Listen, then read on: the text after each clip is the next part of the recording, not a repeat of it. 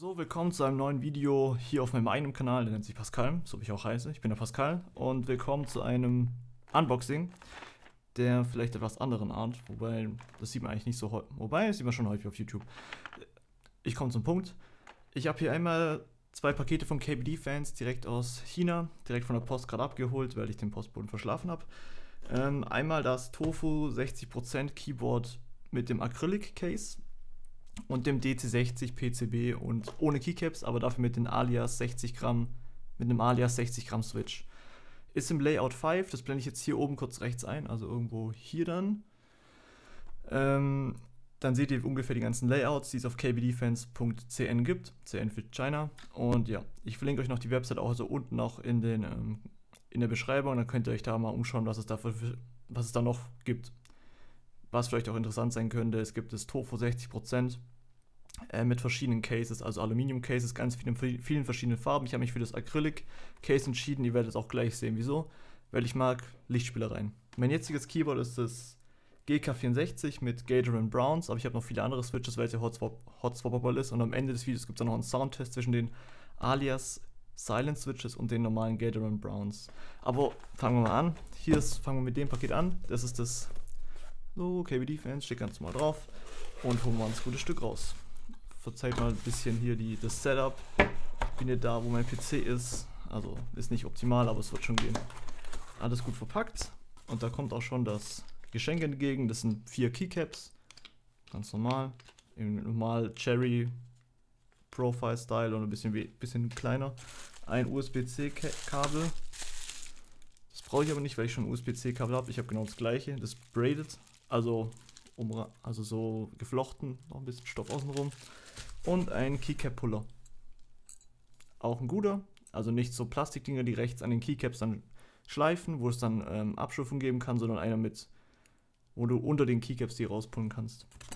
Aber kommen wir zum Hauptstück. Das ist die Tastatur an sich. Und dann tun wir alles wieder einpacken und die Box weglegen. Dann haben wir auch mehr Platz. Mehr ist nämlich auch nicht drin. So, das ist einmal schön verpackt. Und da ist das gute Stück. Das war's auch schon. Mehr ist da auch gar nicht drin. Es ist schon zusammengebaut. Darunter ist die DC60 Platine. Die kann man mit QMK programmieren. Habe ich auch schon gemacht. Ich muss es einfach nur noch reinladen. Ich habe das Layout 5, wie gesagt, erwähnt. Das ist dann wie beim GK64. Ich zeige es euch. Es ist einfach das.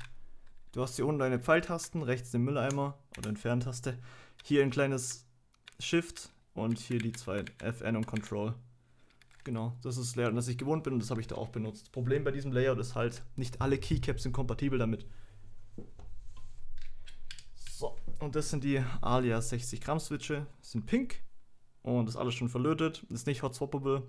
Die Stabilizer sind auch geloopt, also damit sie nicht so rattern und so weiter, wie man es halt von normalen Tastaturen kennt. Und ja, sind extrem leise.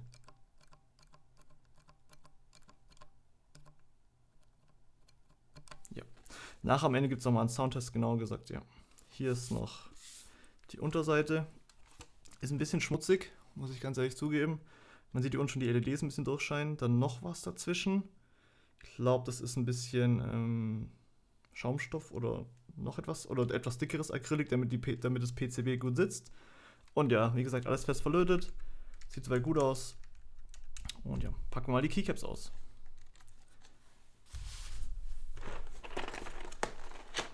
Die dürften auch dazu passen. Ich habe da im Internet nachgeschaut. Oh, stimmt. Auf der Rückseite ist auch noch ein Gift. Auch wieder ein Keycap-Puller. Ganz wichtig bei Keycaps.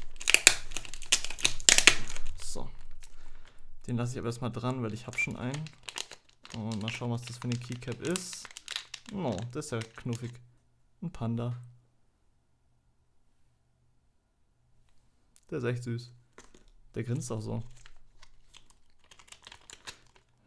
Dürfte zu den Keycaps nicht passen, weil die im XDA-Profile sind. XDA heißt, das ist wie DSA, die sind alle auf einer Ebene gleich. Also man kann Row 1 zu Row 5 packen, nicht wie bei GMK oder Cherry oder OEM-Profiles, wo du einfach darauf achten musst, wo die Tasten sind.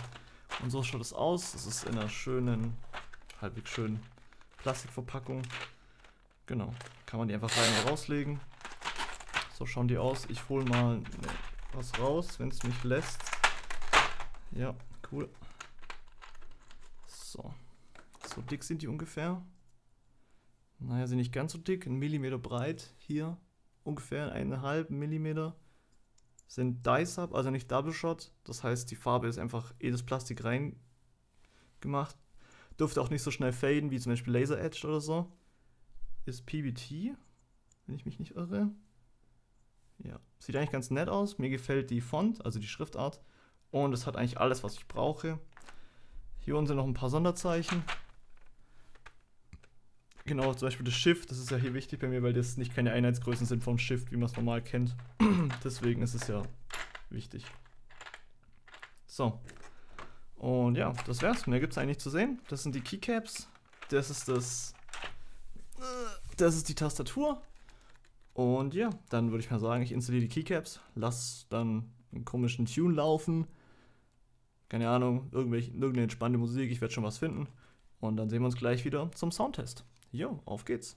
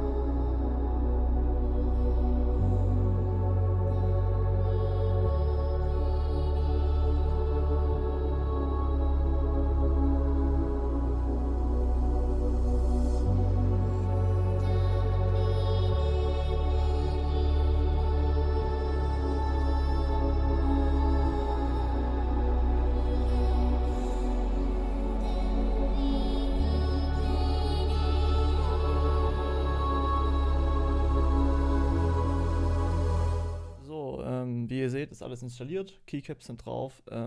Ich habe im QMK auch schon ein bisschen was an der Software gemacht, also die ganzen Lichteffekte und so weiter eingestellt, über welche Tasten ich die aktivieren kann. Das wäre jetzt über hier W, E, A, S und ZX, glaube ich. Ich habe es mir jetzt nicht aufgeschrieben. Sollte man auf jeden Fall tun. Und generell habe ich mir mein Layout 5 noch eingestellt. Es gab da kein Preset, also musste ich es manuell machen. Wenn ihr dazu ein Video haben möchtet, wie meine QMK das bearbeitet oder einstellt, lasst es mich gerne wissen. Aber generell ist es ziemlich selbsterklärend. Das Wiki von denen ist richtig super und es gibt auch genug Videos dazu auch schon.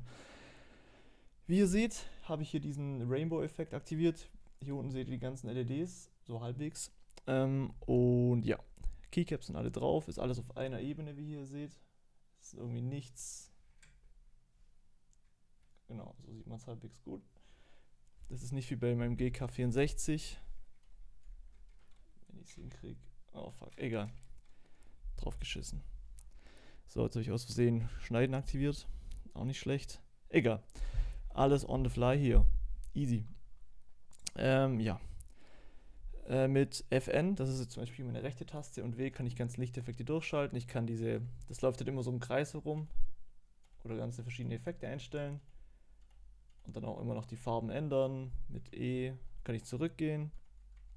Mit S kann ich hier nochmal einstellen, wo genau welche verschiedenen Farben bei diesem Zirkel, bei diesem RGB-Effekt sein, so bei diesem Rainbow-Effekt, sag ich mal so. Mit W geht es noch weiter, bis dann oben und unten springt. Hier pulsieren kann ich einstellen. Es gibt richtig viele Effekte. Und hier ist wieder beim Anfang.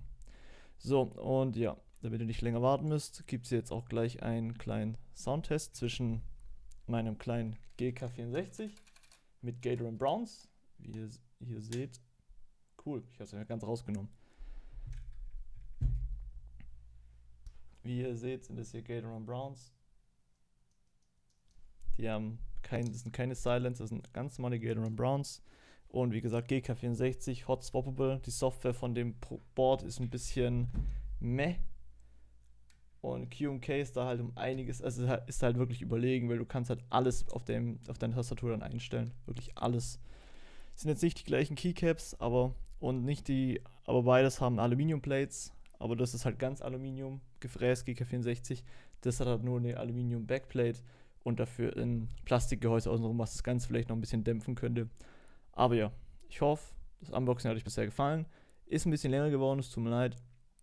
Und ja, wenn ihr Fragen habt, gerne in die Kommentare. Ich beantworte es dann zeitgemäß.